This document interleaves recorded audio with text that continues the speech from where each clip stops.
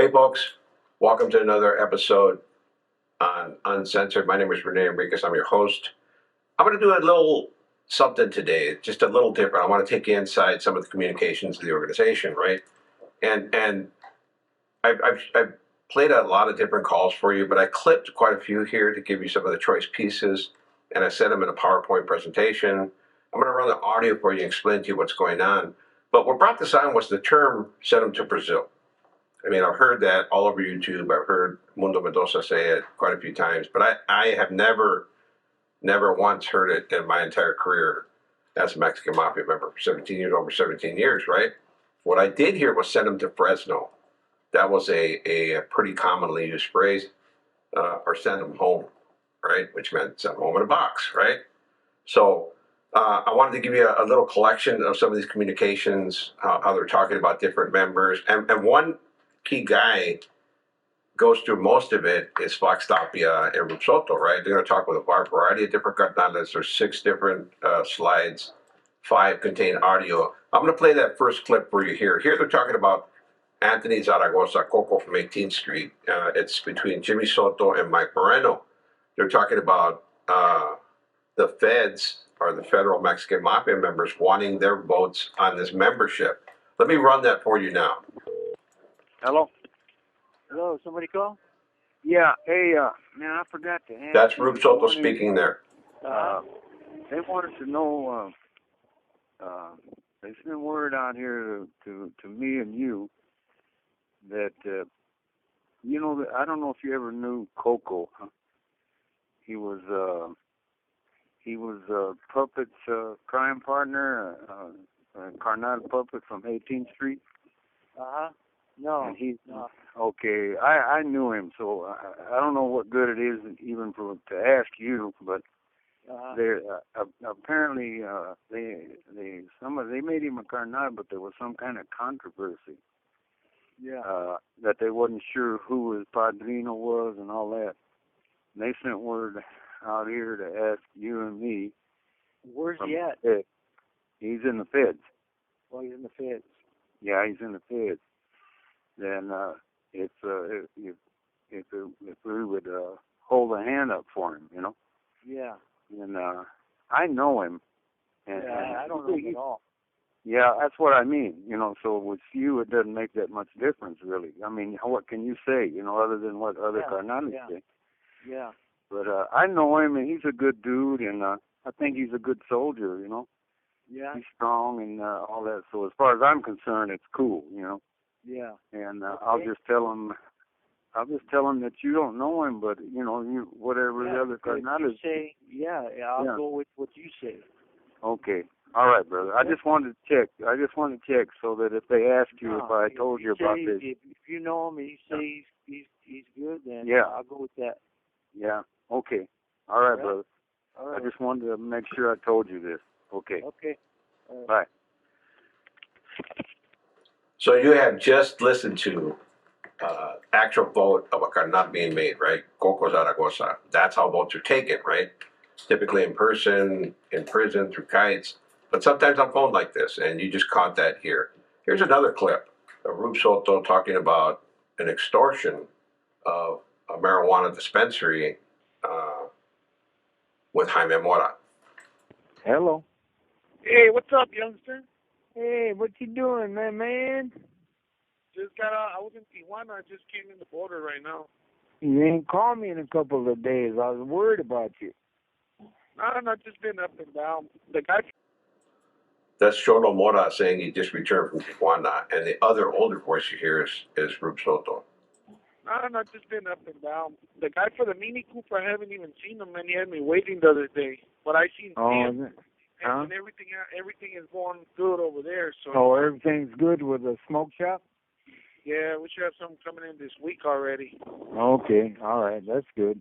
Yeah. So yeah, but I was in Tijuana. I just came back. I'm barely on my way back. What were you doing down in Tijuana? I got some uncles over here. I came. Okay, all right, okay. Oh, shit. Hey. I called Chavo, but man, that guy, I don't know what's going on with him, man. What about David, man? David, I don't have his number. So the Chavo that they're speaking of is Chavo Perez, Chavo from Baker's, he's deceased. He died of a heart attack while incarcerated. That's who they're speaking of there. I don't know the individual David that they're mentioning. I just wanted to give you an exemplar of Rube Soto's voice. You get familiar with it because he's going to come into play on the Send Him to Fresno calls. We need to keep in touch with him because he's really a good Bronco, man. I don't think I have it, man. I don't have it. I'm gonna check in my other phone, see if I have that old number from the last time. Because he's really a good dude, man, and he was telling me that Chavo was running him into the ground, you know. Yeah, now what I'm gonna do, when I get back, I'm gonna get Lencho's number, and I'm gonna send Lencho to look for me. Did you talk to Lalo the other day? The Lalo they're speaking of is Eulalio Martinez, Lalo from Lomas. He died in Los Angeles County Jail for an overdose. And I do have that call, and I'll be running it in the future. No, they're supposed to call me. They haven't called. Oh, okay. What happened is that they went into one of them guys' house, the guy that calls me, and they took the numbers. So I had to throw the other phone away. Yeah, don't take no chances, brother. Do everything you have to do to keep away from the heat, you know. I find that ironic that Rube Soto is talking to Cholo Morra about avoiding law enforcement detection, and they're talking about it on a tap line right now. They don't know that. They don't know that all their numbers are tapped. Everybody around them, all these numbers are tapped, right? And they get dumb phones all day long, but there's always informants within the crew, so no matter what, they're going to be listened to. Yeah, so because Art called me yesterday and told me, hey, throw that phone away because they got the numbers already. So. Art called you? Yeah. Art? What Art? The Paisa's Art? The one that's over in Mexico? No. Some other Art. Oh. So you got that call there. That's about the cell phones and about dumping the cell phones. And this is where it gets good, right? They're talking. This is Jaime Mora speaking with Fox Tapia about Little One Vega, right? Luis Vega, that's Little One from MS-13. This is when the phrase pops up, right? And like I said, I never heard that phrase "send him to Brazil" before. I've never heard it before, other than YouTube, right? Maybe it was in fashion and in play back in the day, and I see it tossed around everywhere on YouTube now. They've adopted this terminology, but it's "send him to Fresno" that I was familiar with. Here's one of the first instances of this phrase being used and still being used today, because I don't have one call where it says "send him to Fresno." I do have calls where it says send him to Brazil. I do have calls saying "send him to Fresno." Here's one now. Mandarle una acá, una palomita. Oye, y sí sabes del morro ese que te comentó el viejo, ¿verdad? Oh, del chiquito. Little one. ¿Ah? Del pequeño. Little one. Ah, pero sabes, sí, él va para Fresno. Me dijo que tú ya sabías. Cholo just said right now he goes to Fresno. He says, "Sabes del morro que comenté el otro día, right?" He said, "You know, the guy we mentioned the other day, you know about him, right?" And then Fox confirms, "Oh, chiquito, el pequeño, little one, right?" That both mean little. And Cholo responds with, "He goes to Fresno." Me dijo que tú ya sabías qué significaba eso.